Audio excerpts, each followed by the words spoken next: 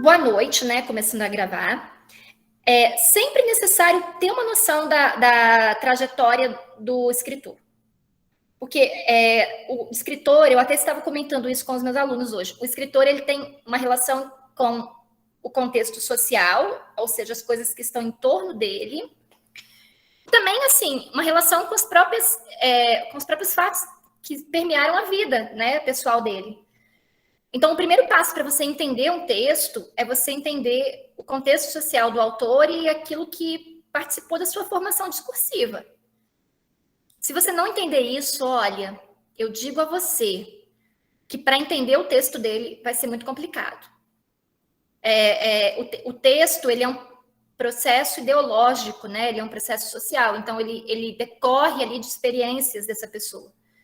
Então, como que você vai entender bem o texto se você não entende o que permeia a trajetória do indivíduo que escreveu esse texto? Então, eu acho que é uma lição que ficou assim da aula, né?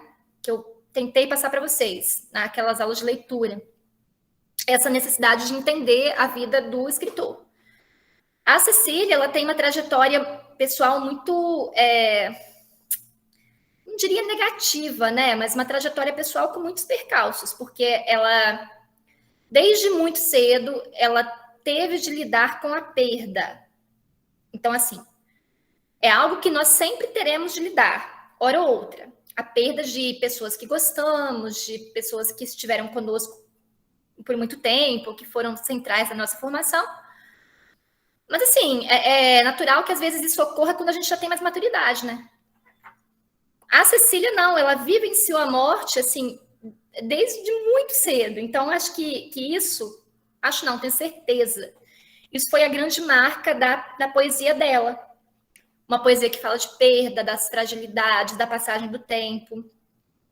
É uma poesia transcendente, porque como ela perdia muitas pessoas que ela amava, ela tinha também uma espiritualidade latente, né? Uma ideia de transcendência, de que houvesse algo além dessa existência que nós estamos aqui. Não no sentido assim religioso, de defender ali uma religião, ter um rito, não, é uma coisa dela, era uma crença pessoal dela, né? E então, assim, sabendo disso, eu acho que fica mais fácil, né? Não é isso, Pamela, que você quis dizer? Isso ajudou E, bastante porque a gente tem uma noção melhor. das mortes, eu acho que marcaram muito Cecília foram a morte do pai antes dela nascer.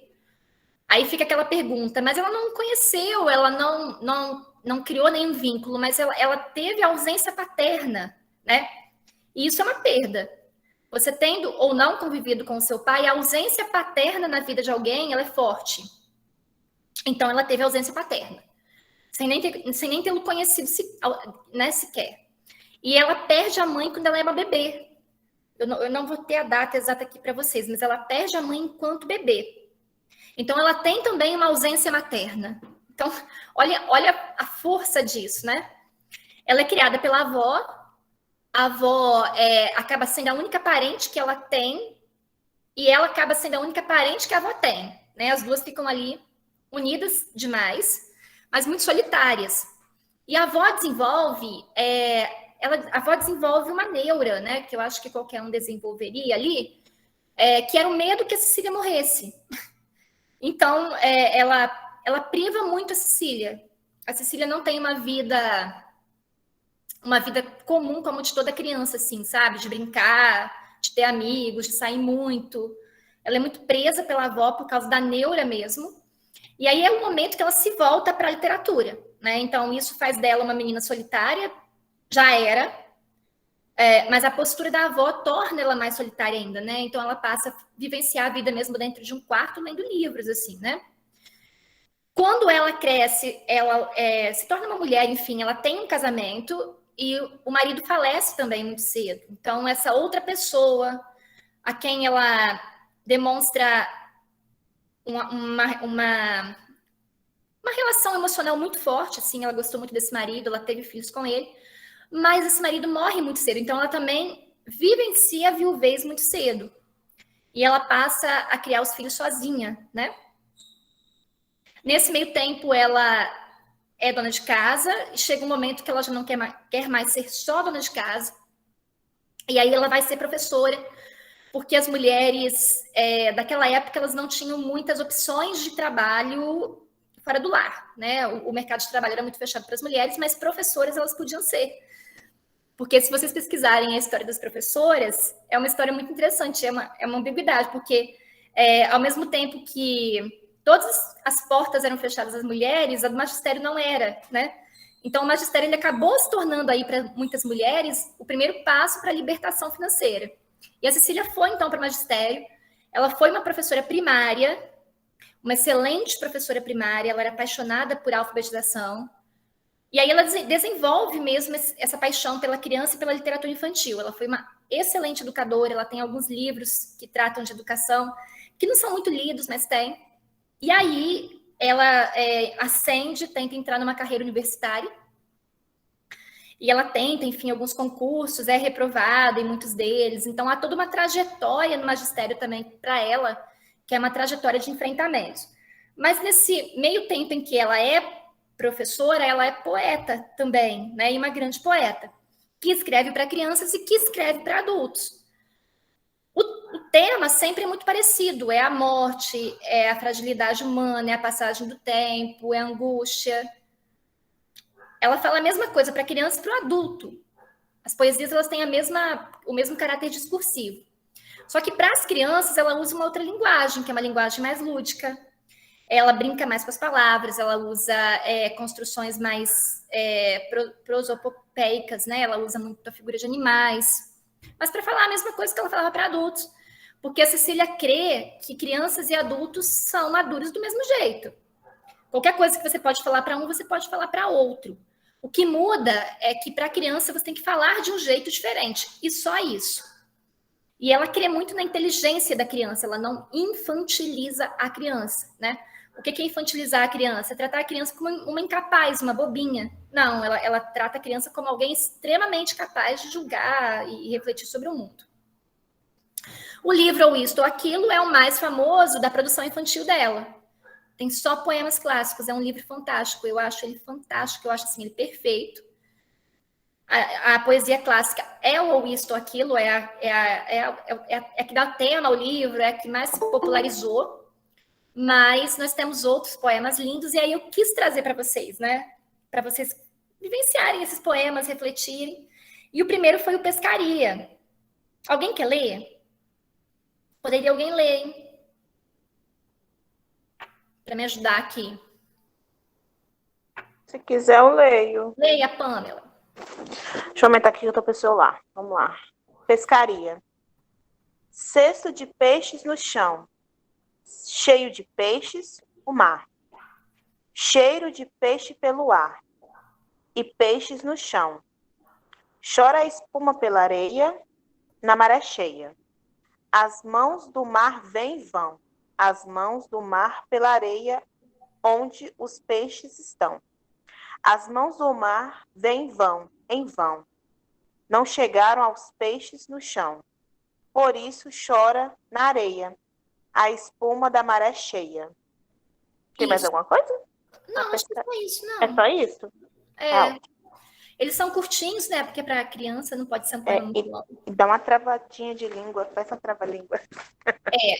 Vocês viram que a minha pergunta, ela conduziu a resposta. Não foi difícil, não. Deixa eu pegar aqui. Qual a temática do poema? Vocês podem responder, a gente vai se ajudando aqui. Qual a temática do poema, vocês perceberam? Perda. Eu ia falar isso, perda. E é uma perda, assim, é um distanciamento realmente físico, né? É a morte mesmo ali, porque esses peixes estão mortos. Eles perderam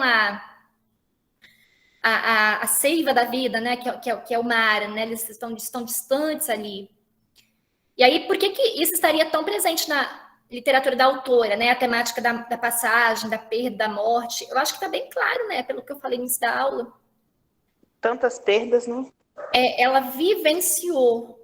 Se Cecília não tivesse perdido tantas pessoas tão cedo, talvez ela não fizesse poesias que falassem tanto do tema. É uma vivência dela, né? Agora, ela usa a figura do peixe porque a criança, ela reflete melhor por meio de imagens, animais mesmo, né? A criança, ela consegue refletir mais sobre a existência por meio das figuras de animais. É coisa lúdica mesmo, né? É interessante que esse poema também ele tem um jogo de palavras, por exemplo, ele tem aqui várias vem e vão, né? Parece que quer fazer ali a passagem mesmo da onda do mar na areia. Existe também uma ideia aí do são mesmo, parece que a gente está vendo aquilo acontecer. A parte da sonoridade da poesia faz com que a gente consiga imaginar a imagem desses peixes, porque há um som ali que leva a gente a compreender ali aquele sofrimento da morte também, né? Então há também toda essa questão ali das imagens, dos sons, né? Ao afirmar que o mar possui braços e que a espuma chora pela areia, utiliza-se no caso de uma figura chamada prosopopeia, cuja função é atribuir pensamentos e sentimentos a seres e coisas inanimadas. Por que se utiliza de tal recurso na literatura infantil? Ou seja, por que acho que até falei, né? Por que os poetas usam tantos animais para escrever poemas para crianças? É a questão do lúdico, né? Uhum. A interpretação da criança pela forma do lúdico. Vocês já perceberam como as crianças, quando elas olham para animais, elas automaticamente consideram que eles têm raciocínio? Elas não diferenciam muito ali a parte racional do animal e do ser humano, né? Para elas, o animal, ele tem uma dor mesmo quase humana, assim. Se você separar um filhotinho de uma mãe, por exemplo, né? Nós não fazemos tanta ideia de como é aquela dor, a gente talvez acredite que não é tanta. Para criança, aquilo é impossível, né? É uma coisa que não deveria ser feita. Então, algumas crianças se negam até a comer carne, porque elas não queriam ali ver o sofrimento do boi, não todas. Algumas têm esse lado. Elas têm uma visão sobre o animal um pouco diferente do que o adulto. Elas humanizam muito esse animal. Então, quando esse animal é trazido para a poesia, e quando a criança lê, né, esse animal ali, agindo e sofrendo como um ser humano, ela consegue compreender mais a própria existência, né? Então, por isso, usar tanto a presença de animais, assim. Não só ela, o Vinícius de Moraes também faz muito isso. Além das condições dos peixes em uma pescaria, o texto se refere à nossa condição humana. Explique para mim aí o que tem a ver. Esses peixes da Sicília conosco. Quem pode falar? Já falei demais, mas eu vejo angústia também, um sentimento, vejo sentimento de angústia. Eu salvei aqui minhas respostas. Muita reflexão também, a questão das ondas vêm e vão, eu sinto muita reflexão. Né? Quantas pessoas observam aquilo ali para refletir, e também quando fala dos peixes fora do mar, a gente imagina que está morto, né? Está no cesto. Mas eu sinto muito sentimento de angústia. Que quando você pesca um peixe, até ele sair do mar e morrer, vamos dizer assim, leva um tempo. Eu sinto muita angústia quando li esse texto. E também, assim, exatamente, eles não estão necessariamente mortos. E parece que quando a onda vem, eles não conseguem chegar à onda, porque eles estão no cesto. Aquela angústia deles estarem vendo ali o mar, mas ao mesmo tempo eles estarem impedidos de ir até ele. Ou seja, assim, o limite entre a vida e a morte, né? Do qual o ser humano não pode se livrar. Ele não tem essa escolha. Vai chegar uma hora que ele vai ter que abandonar a vida. Pode falar, Vanusa. Sou eu, Giovana, que eu estou assistindo com ela. Eu posso ler a minha resposta? Porque é fácil. Eu coloquei assim: a pescaria pode ser comparada à morte e à sua ação, muitas vezes devastadora nas pessoas que aqui ficam. Como pescador, ela vem sem aviso e pode mudar tudo ao nosso redor. A sua chegada não traz alegria nem bom cheiro, e é irreversível, mostrando a nós humanos, muitas vezes autossuficientes, que não temos controle sobre tudo. Foi isso que nessa parte, por exemplo... Sim, é perfeito. É o limite humano. Isso, que a água vem, como que é? As ondas, as mãos do mar vêm e vão. Mostra a impotência, que mesmo o mar sendo tão grandioso, ele não consegue resgatar algo que é precioso para ele. No caso, é para a gente também, quando a gente Às vezes muitas vezes a gente se acha acima do bem e do mal, e a gente esquece o tão frágeis nós somos. E aí isso pode acontecer. E essa fragilidade que a Cecília Meirelles encarava na vida não é necessariamente negativa, porque uma pessoa que tem uma noção de que cada dia pode ser o último, ela também tem uma tendência de valorizar mais os dias que ela tem. Então, assim, ao mesmo tempo que eu acho que a Cecília ela tinha essa noção da fragilidade da vida, do limite, eu não acho que ela teve uma vida ruim necessariamente. Porque ela provavelmente era alguém que sabia dar valor às coisas, realmente o valor que as coisas tinham, né? Vocês têm essa impressão também? Sim.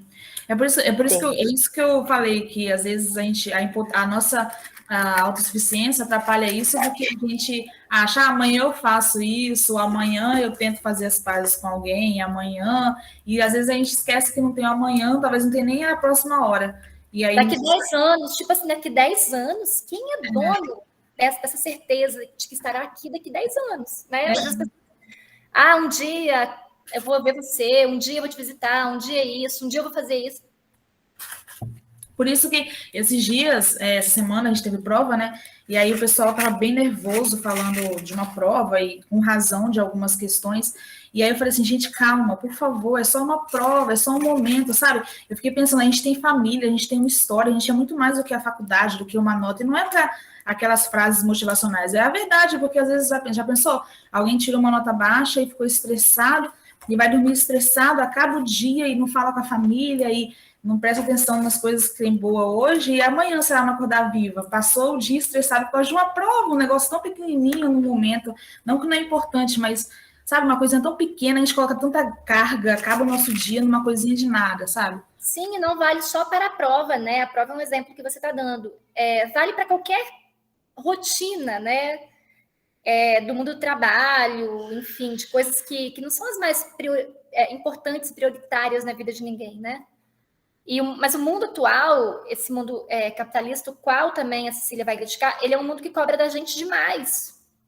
Ele cobra uma performance, uma superação, uma proatividade, um sucesso, que, se nós analisarmos profundamente, não tem valor real, né, em relação à existência do que é a vida.